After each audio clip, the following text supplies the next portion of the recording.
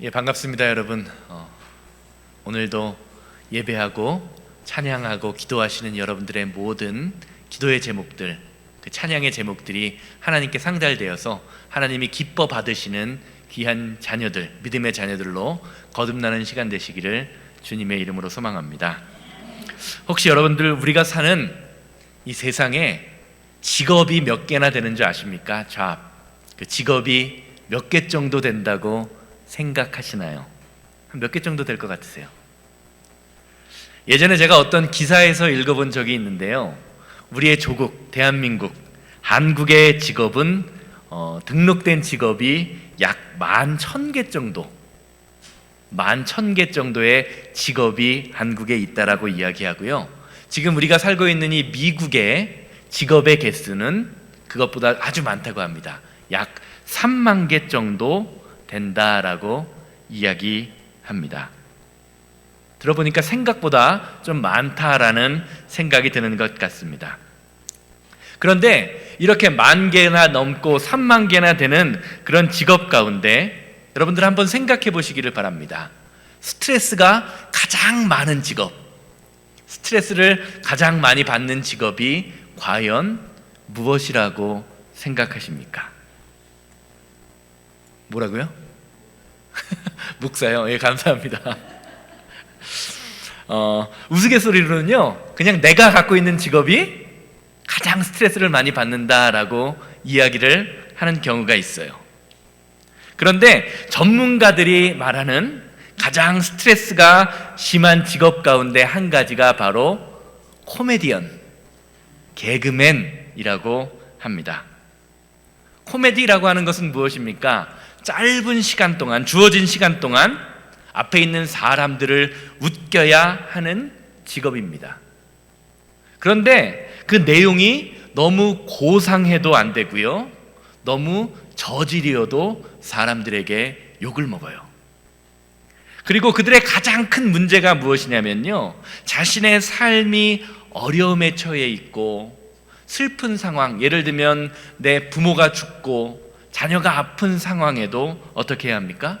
그런 슬픈 상황에도 다른 사람을 웃겨야 된다라는 것입니다. 자신의 마음은 썩어 문드러져 가는데 다른 사람을 웃기기 위해서 아이디어를 짜고 우스꽝스러운 연기를 하는 코미디언의 모습, 그 개그맨들의 모습을 한번 상상해 보시기를 바랍니다. 얼마나 힘들고 얼마나 스트레스를 받을까요? 우리가 크게 소리를 내어 웃는 웃음을 우리말로 뭐라고 이야기하죠? 박장대소한다, 아주 크게 소리 내어 웃는다라고 이야기합니다. 한번 여러분들의 인생을 돌이켜서 생각해 보시기 바랍니다. 여러분, 그렇게 속 시원하게 크게 소리 내어서 웃었던 적이 과연 언제이셨습니까? 우리의 사회를 돌아가는 모습을 바라보면요, 우리가 마음 편히 속 시원하게 웃을 수 있는 사회가 아닌 것 같아 보입니다. 마음 편히 웃을 수 있는 사회가 아니라 하도 어이가 없어서 하고 실소를 내뱉을 수밖에 없는 그런 사회가 아닌가 생각을 해봅니다. 우리 교회가요, 세상 사람들에게 예수 그리스도의 그 십자가의 능력, 그 보혈의 능력을 통해서 환한 웃음과 기쁨을 선물할 수 있는 그러한 새 생명을 전하는 교회가 되기를 주님의 이름으로 기대합니다. 우리가 예수 그리스도의 십자가 안에 거하기만 하면요, 저와 여러분들의 인생이 그렇게 될 것입니다. 이러한 의미에서 아까 김근숙 권사님께서 목사가 스트레스를 참 많이 받는 직업이다라고 말씀을 하셨는데요, 제가 지금 하고 있는 설교도 비슷한 것이 아닌가라는 생각을 해보게 됩니다.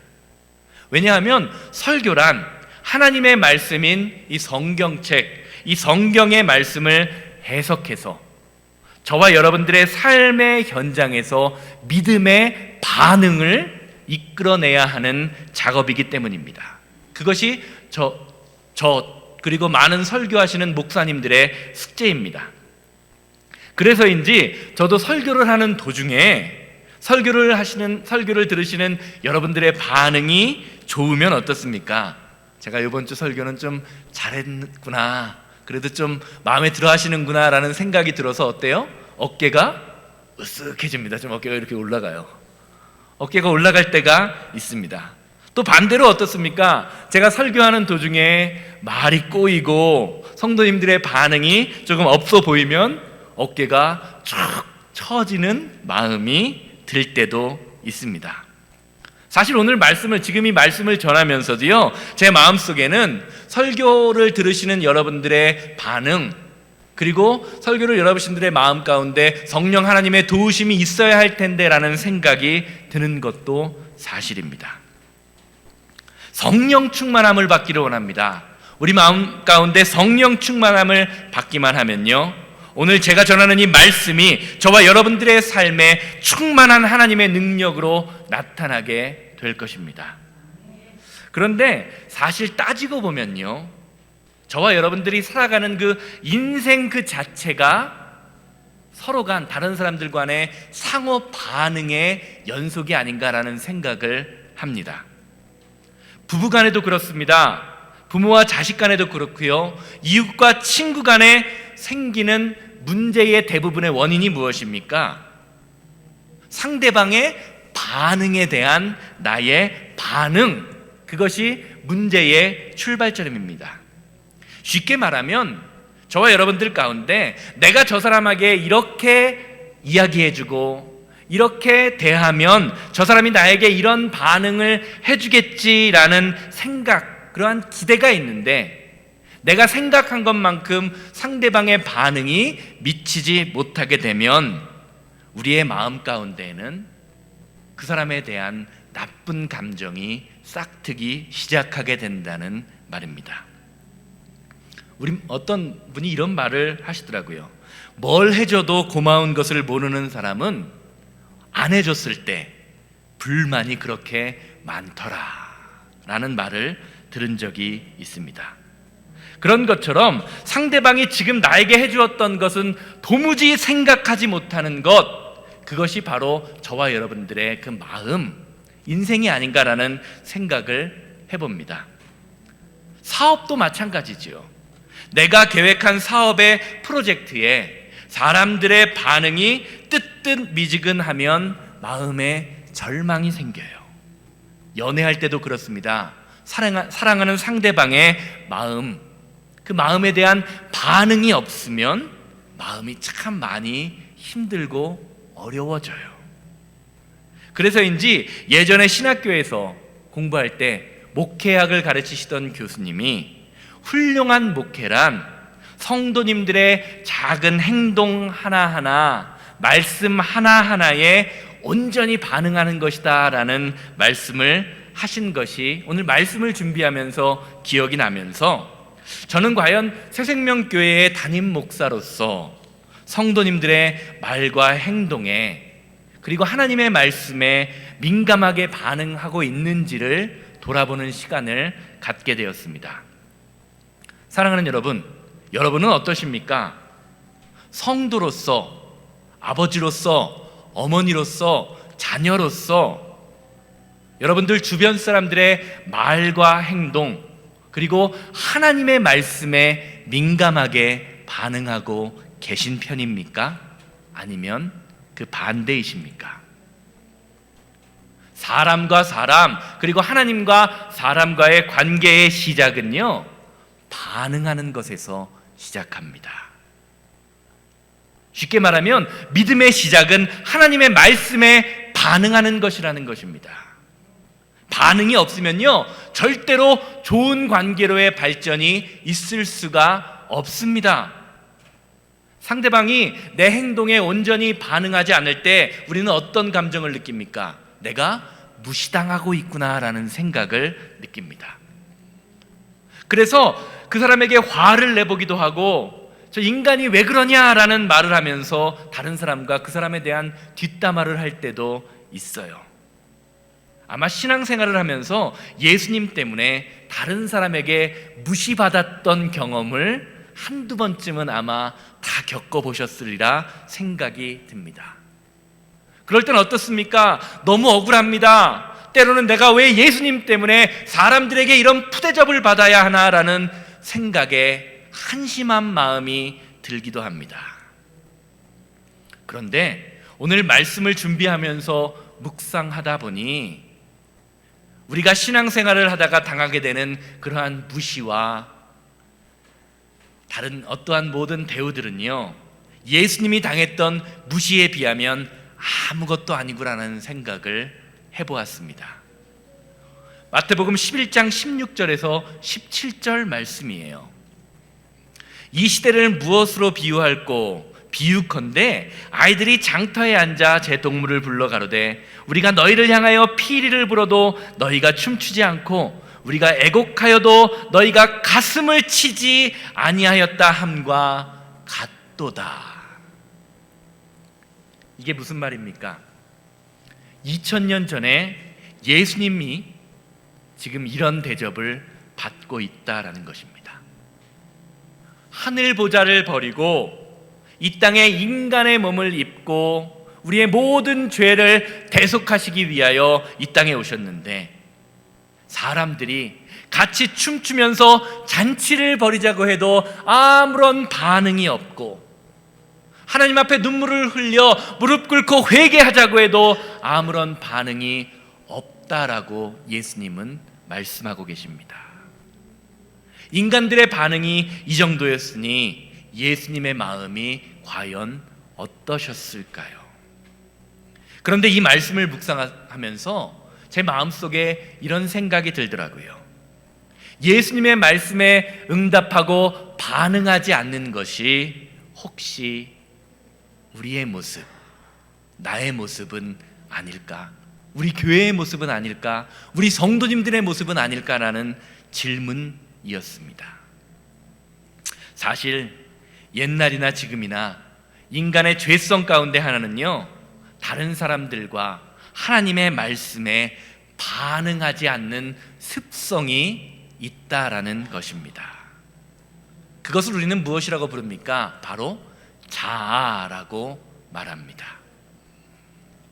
대부분의 사람들이요, 내 생각이나 내 마음에 들지 않으면 웬만해서는 자신의 의견을 절대로 굽히지 않습니다.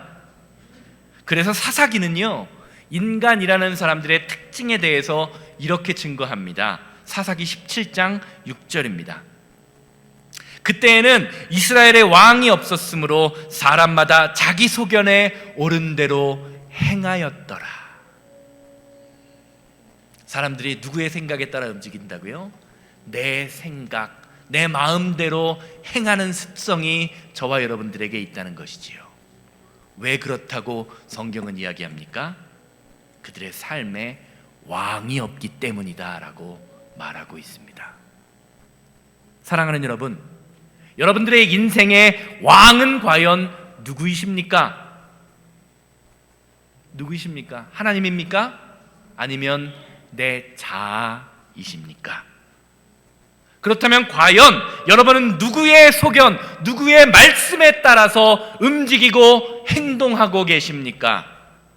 신명기 6장은요, 샤마 이스라엘, 이스라엘아 들으라 라는 말씀을 시작으로 하나님의 말씀을 온전히 순종하는 자에게 주시는 그 축복의 말씀을 전하십니다. 신명기 6장 6절에서 11절입니다. 오늘 내가 너에게 명하는 이 말씀을 너는 마음에 새기고 내 자녀에게 부지런히 가르치며 집에 앉았을 때에든지 길에 갈 때든지 누워있을 때에든지 일어날 때에든지 이 말씀을 강론할 것이며, 또 너는 그것을 내 손목에 매어 기호를 삼고 내 미간에 붙여 표로 삼고 내 집 문설주와 바깥 문설주에 기록할지어다. 내 하나님 여호와께서 내 조상 아브라함과 이삭과 야곱을 향하여 내게 주리라 맹세하신 땅으로 너를 들어가게 하시고, 내가 건축하지 아니한 크고 아름다운 성읍을 얻게 하시며 내가 채우지 아니한 아름다운 물건이 가득한 집을 얻게 하시며, 내가 파지 아니한 우물을 차지하게 하시며 내가 심지 아니한 포도원과 감람나무를 차지하게 하사 내가 배불리 먹게 하실 때에. 이 말씀의 요약이 무엇입니까? 하나님께서는 하나님의 말씀을 잘 지키고 따르는 백성들에게 우리가 노력한 것보다 더 더 많은 열매를 보게 하시게 된다고, 그러한 축복이 성도의 삶에 임하게 될 것이다 라고 말씀하고 계십니다. 오늘 말씀을 들으시는 모든 성도님들에게 하나님이 약속하신 이 축복의 말씀이 이루어지는 성도님들 되시기를 주님의 이름으로 소망합니다. 아멘이죠? 예, 아멘입니다. 정말로 이 축복이 우리에게 임해야 합니다. 그런데 하나님께서는요, 마지막 말씀, 이 11절 마지막 말씀을 통해서 성도에게 이런 축복이 임하게 될 때에 라는 말씀을 하시면서 이러한 축복이 임할 때 성도가 주의할 것이 무엇인지 또한 당부하고 계세요. 12절에서 12절 말씀입니다. 11절 마지막 절부터 제가 읽을게요. 내가 배불리 먹게 하실 때에 너는 조심하여 너를 애굽 땅 종되었던 집에서 인도하여 내신 여호와를 잊지 말고 내 하나님 여호와를 경외하며 그를 섬기며 그의 이름으로 맹세할 것이니라. 너희는 다른 신들 곧 내 사면에 있는 백성의 신들을 따르지 말라. 너희 중에 계신 너희 하나님 여호와는 질투하시는 하나님이신즉 너희 하나님 여호와께서 내게 진노하사 너를 지면에서 멸절시키실까 두려워하노라. 사랑하는 여러분, 하나님께서 하나님을 사랑하는 자들에게 축복, 내가 일하고 내가 수고한 것보다 더 많은 축복을 주심을 믿으십니까? 아멘이죠? 그렇다면 하나님을 따르지 않고 세상의 신, 백성들의 신을 따르는 자들을 멸절하시겠다고 하는 그 약속의 말씀도 믿어지시나요? 아멘 소리가 작아지네요. 신앙생활은요, 나의 소견을 따르는 삶이 아니라 하나님의 소견, 하나님의 말씀을 따르는 삶입니다. 그러기에 우리는요, 하루하루 일상의 삶에서 하나님의 말씀에 반응해야 합니다. 하나님의 말씀을 잘 지키면 축복을 주신다는 그 말씀에도 반응해야 하고요, 하나님의 말씀을 잘 지키지 못하면 너희를 이 세상에서 멸절시키시는 그 하나님의 말씀에도 반응하는 것이 신앙생활이라는 것입니다. 하나님의 말씀을 통해 힘을 얻는 삶을 살아야 합니다. 하나님 말씀에 우리의 삶이 변해야 합니다. 왜냐하면 하나님께서는 저와 여러분들에게 크고 놀라운 축복, 그 축복의 비밀을 누리기 원하시기 때문입니다. 그러나 축복을 얻고 그 축복을 유지하기 위해서는요, 하나님 말씀에만 순종해야 한다고 성경은 말하고 있는 것입니다. 제가 말하는 게 아니라 성경이 그렇게 약속하고 계세요. 바라옵기는 저와 여러분들의 삶 가운데 하나님 말씀에 온전히 반응하고 순종함으로 주님이 주시는 축복을 누리게 되시기를 주님의 이름으로 기대합니다. 지난 주간에 아는 목사님께서 교회에서 부흥회를 하는데, 부흥회 중에 목사님의 말씀을 듣고 감사 헌금을 드린 10대 고등학생 여자아이의 헌금 봉투를 인터넷에 올린 것을 보았습니다. 부흥회 감사 헌금하고 이렇게 써져 있죠. 뭐라고 써져 있습니까? 내 안에 예수님이 안 계신다는 확신이 들었습니다. 웃음이 나오죠. 10대 아이가요, 부흥회를 하면서 강사 목사님의 설교를 듣다 보니까 내 안에 하나님의 없음이 발견됐다라는 거예요. 이 목사님께서는 사실 확신이라는 단어는 이럴 때 쓰는 게 아니다라는 것을 이야기하기 위해서 이것을 올려놓으셨는데요, 저는 이 아이의 이 헌금 봉투를 보면서요, 이 아이의 말씀에 반응하는 이 아이가 참 기특하구나. 부흥회 강사님의 말씀을 봤더니 내 안에 하나님이 하나도 없구나, 내 안에 선한 것이 없구나라는 것을 발견하는 아이가 참 기특하다라는 생각이 들었습니다. 왜 아이가 이런 말을 했을까요? 내 안에 예수님이 안 계시다는 확신이 들었습니다. 하나님의 말씀에 반응했기 때문입니다. 우리가 신앙생활을 오래 하다 보면요, 하나님에 관해서 머리로 알고 있는 것, 그것을 가지고요, 하나님을 믿고 있다고 착각하게 됩니다. 그러다 보면 어떻게 됩니까? 우리의 삶에 성령의 열매라고는 찾아볼 수 없음에도 불구하고 나는 구원받았다, 그렇게 착각하면서 살아갑니다. 내가 하나님의 말씀을 지키지 못함에도 하나님의 말씀과는 전혀 상관없는 삶을 살고 있음에도 불구하고 하나님은 여전히 나를 축복하신다고 착각하면서 살아갑니다. 그런데 신명기 말씀을 보니까 뭐라고 이야기합니까? 우리가 배불리 먹게 될 때에 조심하라 라고 경고하고 계십니다. 사랑하는 여러분, 여기 계신 분들 가운데 여러분들이 마음 먹으면 배부르지 못하게 못 드시는 분 혹시 계신가요? 마음만 먹으면 다 배부르게 드실 수 있을 만큼 집에 음식이나 물질이 있으시죠? 그러면요, 우리는요, 하나님의 은혜를 잊지 않도록 하나님을 찬양하고 하나님을 예배하고 하나님께 예배하는 삶을 살기 위하여 날마다 노력해야 합니다. 그러지 않으면 하나님께서 우리를 보고 진노하사 우리를 지면에서 멸절시키실 수 있는 일이 일어날 수 있다는 것을 성경은 경고하고 있는 것입니다. 사랑하는 여러분, 말씀에 반응하는 것이요, 영성입니다. 말씀에 반응하는 것이 믿음입니다. 믿으십니까? 상황이 우선이 아니라 하나님의 말씀이 우선이라는 말입니다.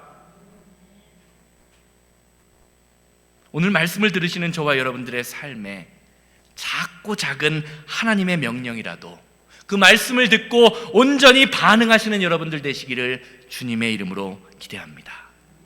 하나님의 말씀에 반응할 때 저와 여러분들의 삶에 놀라운 하나님의 축복, 내가 노력한 것보다 더 많이 얻게 되는 그 축복이 임하게 될 것입니다. 자, 그렇다면 오늘 본문 말씀에 나오는 그 수많은 이스라엘 백성들, 그 사람들은 왜 하나님의 말씀에, 예수님의 말씀에 반응하며 함께 춤추지도 못하고 함께 울지도 못하는 그런 바보 같은 삶을 살 수밖에 없었을까요? 그것은 그들의 마음이 병들었기 때문입니다. 오늘 본문에 나오는 사람들, 그 이스라엘 백성들이요, 하나님의 말씀을 몰랐던 것이 아닙니다. 오히려 메시아 대신 예수님을 간절히 기다리던 사람들입니다. 그런데 마음이 병들고 믿음이 병들자 어떻게 되었습니까? 자신의 눈앞에 있는 메시아 예수님을 목전에 두고도, 눈앞에 두고도 예수님을 알아보지 못하고 있어요. 이스라엘 백성들이 왜 그렇습니까? 이스라엘 백성들이 볼 때 메시아란 어떤 사람입니까? 그들에게 앞에 나타나 정치 권력과 군사력을 이용해서 이스라엘 백성들을 로마의 압제로부터 완전히 해방시켜야 한다는 고정관념이 그들의 마음속에 있었어요. 그러한 고정관념으로 볼 때 예수님은 메시아가 절대로 아니었습니다. 그런 고정관념으로 예수님을 바라보니까 어떻습니까? 예수님은 그냥 세리와 어울리고 가난한 사람과 어부들과 어울리고 창녀들과 함께 먹고 즐기는 몽상가에 지나지 않아 보였습니다. 그러니까 어떻습니까? 예수님이 잔치를 베풀어도 기쁘게 참여하지 못합니다. 회개하라고 해도 회개할 필요가 없습니다. 메시아라고 하는 고정관념이 그들의 마음과 신앙을 병들게 만들어 버렸기 때문입니다. 사랑하는 여러분, 우리가 몸의 병을 고치는 것도 중요하지만 마음의 병, 그 마음의 병을 고치는 것이 더 중요합니다. 왜냐하면요, 몸이 병들면요, 그 병든 사람 하나 아픈 것으로 끝나지만 마음의 병은 어떻습니까? 나뿐만이 아니라 내 주변에 있는 사람들을 아프게 하고 상처 주고 그들의 삶까지 힘들게 만들어 버리기 때문입니다. 미국에 살다 보면 어떻습니까?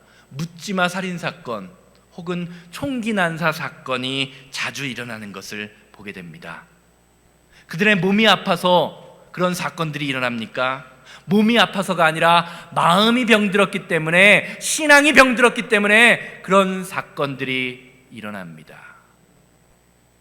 조지아에서 작년에 일어났던 그 애틀란타 총기 사건, 그 사람이 어떻습니까? 열심히 침례교회에 다녔던 사람이에요.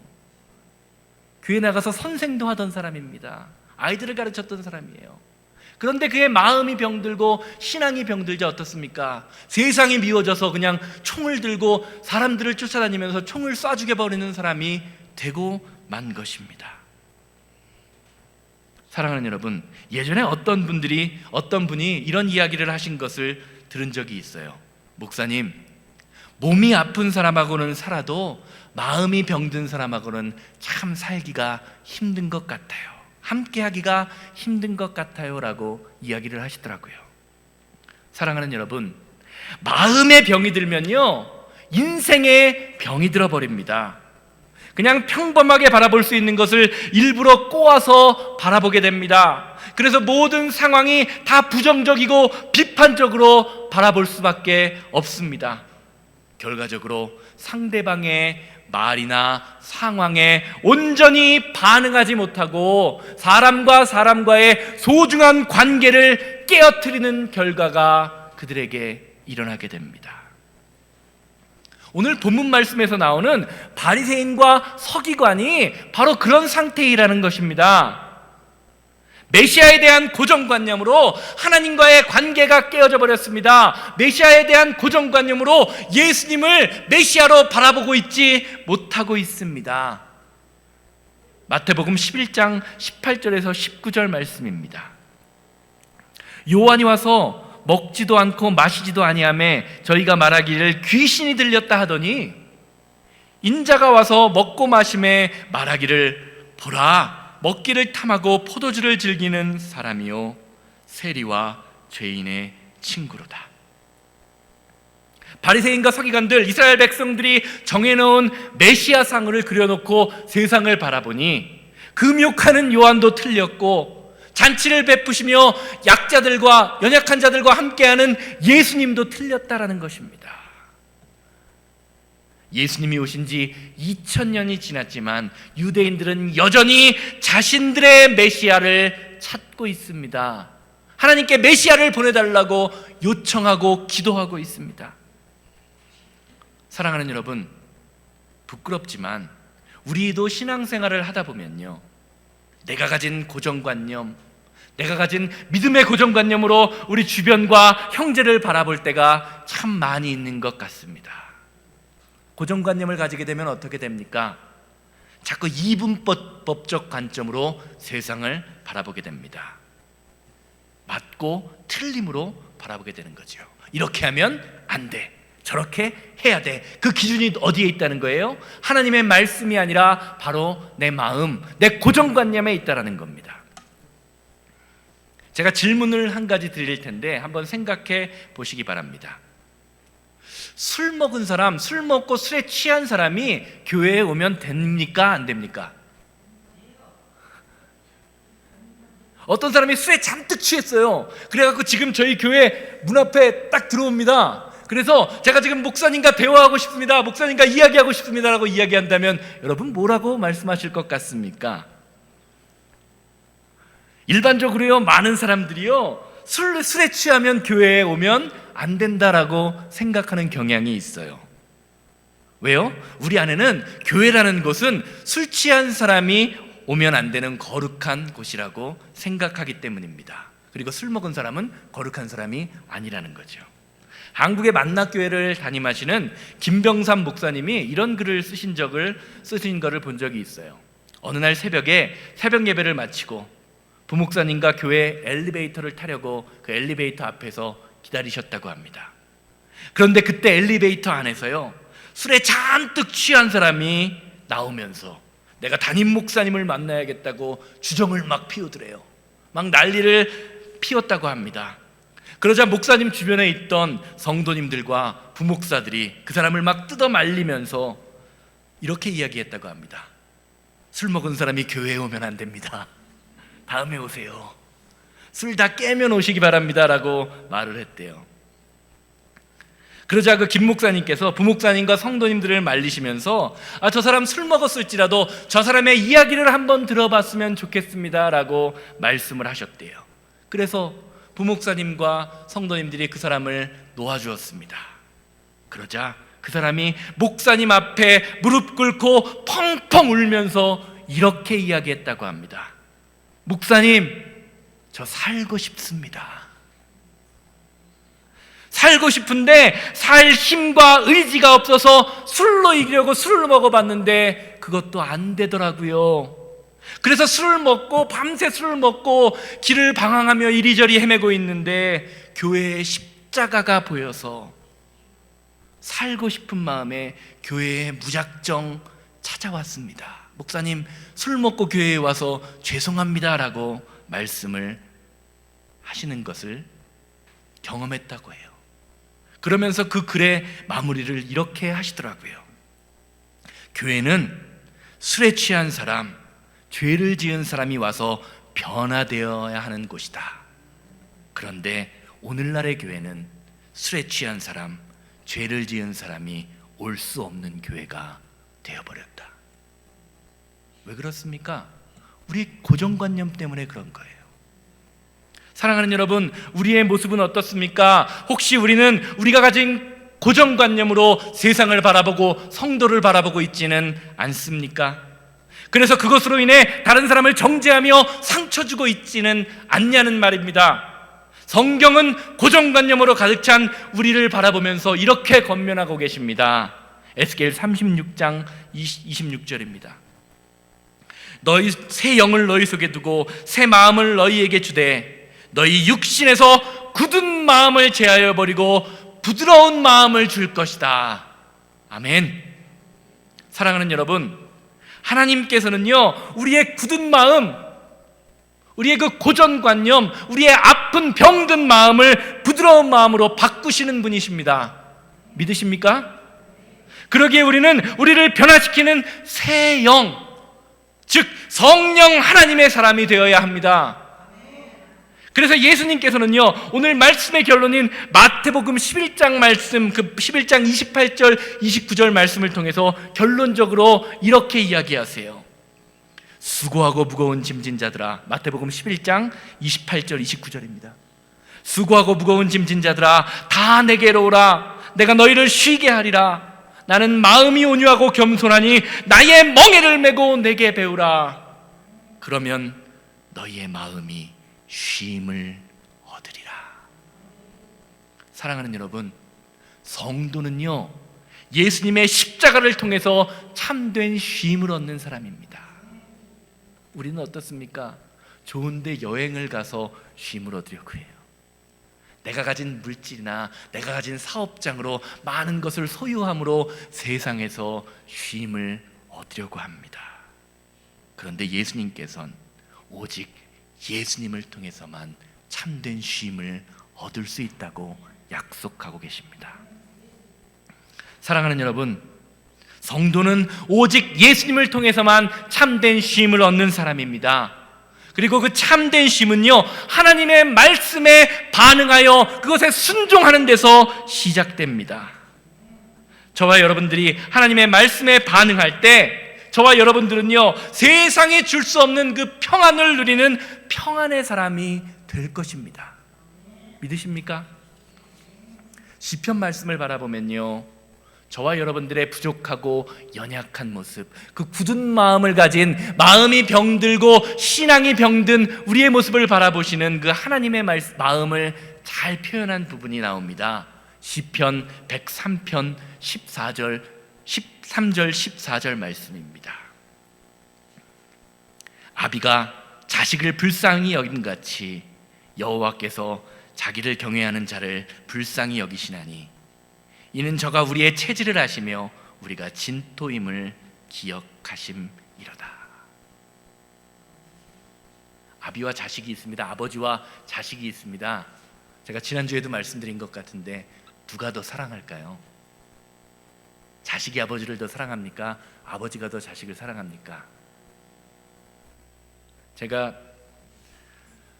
2016년인가요? 2016년에 목 디스크가 와서 목에 목 뒤를 한 25cm를 절단을 하고요, 쭉 잘라내고 목뼈를 4개를 부러뜨려서 이만한 임플란트 4개를 삽입한 수술을 했어요. 목 디스크 수술을 했습니다. 그런데 이게 제가 유전적으로 이렇게 목 신경과 목 디스크가 좁은 병을 갖고 있어서요, 저희 아버지께서도 한 15년, 돌아가신 저희 아버님도 한 15년, 20년 전에 그런 수술을 하셨었습니다. 그런데 저희 아버님이 수술할 때는요, 저는 기도한다고 했지만 그냥 아주 마음 편히 아버님 수술하시고 병원에 입원해 있는데 그냥 자게 되더라고요. 자녀는 그래요.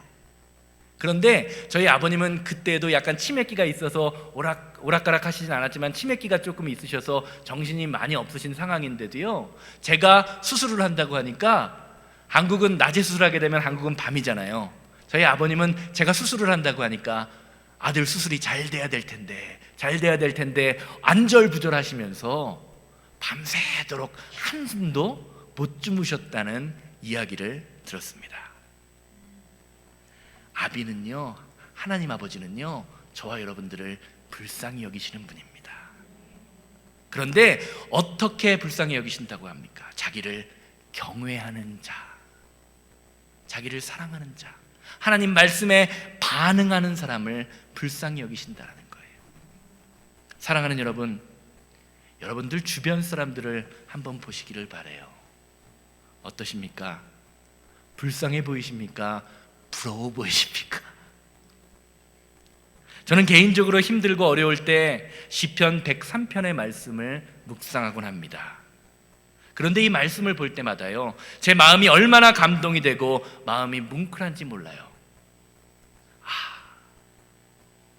목 디스크를 수술을 한다고 할 때 밤새 안절부절 못하시면서 기도하시던 그 아버지보다 나를 더 사랑하시는 하나님 아버지가 나를 지켜주고 계시는구나, 그 하나님이 나를 불쌍히 여기시는구나, 나의 체질을 아시는 그 주님의 사랑 때문에 내가 지금 이 자리에 있구나, 이런 마음이 제 마음속에 들면요, 굳어있던 마음, 병들었던 신앙, 병들었던 마음이 저절로 부드러워짐을 느낍니다.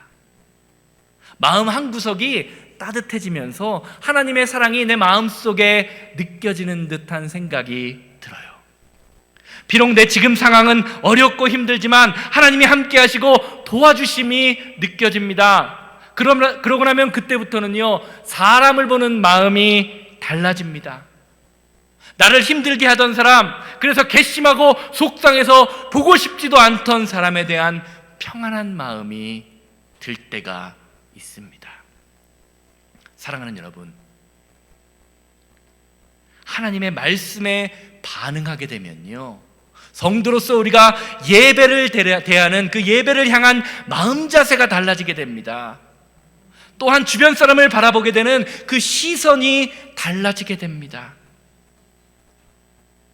이 마음이 여러분들의 마음속에 온전히 품어지기를 주님의 이름으로 소망합니다. 사람들이 오고 싶은 교회, 행복한 성도, 행복한 교회, 우리 교회의 이름처럼 새 생명을 전할 수 있는 교회가 바로 이런 교회의 모습이 아닐까요? 이런 성도의 모습이 행복한 성도의 모습이 아니겠습니까? 결론적으로 말씀드리겠습니다. 요한복음 3장 20절 말씀을 보면요, 예수님께서 성도의 마음 문을 두드리시면서 이렇게 말씀하십니다. 요한계시록 3장 20절입니다. 볼지어다 내가 문 밖에 서서 두드리노니 누구든지 내 음성을 듣고 문을 열면 내가 그에게로 들어가 그로 더불어 먹고 나는 그는 나로 더불어 먹으리라. 예수님의 이 말씀이 무슨 말입니까? 예수님이 저와 여러분들의 마음을 똑똑똑 하고 두드릴 때 반응을 하고 마음의 문을 좀 열어달라는 겁니다.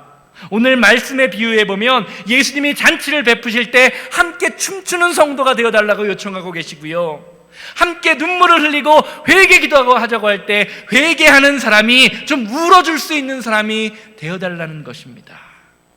그리고 하나님의 말씀에 반응하는 그 성도가 얻게 될 결과에 대하여 이렇게 이야기하시지요. 그는 나로 더불어 먹으리라. 관념이나 지식이 마음속에 머릿속에 가득 찬 피곤한 사람이 되는 것이 아니라 예수님과 더불어 먹는 사람, 예수님과 함께 즐거워하며 눈물 흘릴 수 있는 사람, 그 사람이 바로 성도라는 사람입니다. 2022년 다시 일어서는 한 해가 되기를 원합니다. 코로나 바이러스 가운데 우리의 영적으로 무너져 있다면 영적으로 회복되기 원합니다. 예배가 무너져 있다면 예배가 회복되기 원합니다. 기도의 담이 무너져 있다면 기도가 회복되기 원합니다. 이 세상 것으로 만족함을 얻고 평안함을 얻으려고 하는 그런 성도가 아니라 우리가 배부를 때에, 넉넉할 때에 하나님의 말씀에 온전히 반응하시는 여러분들 되시기를 주님의 이름으로 기도합니다. 우리가 하나님의 말씀에 온전히 반응할 때에 2022년 한 해가 저와 여러분들이 다시 일어서는, 그리하여 회복을 경험하는 한 해가 반드시 될 것입니다. 기도하시겠습니다.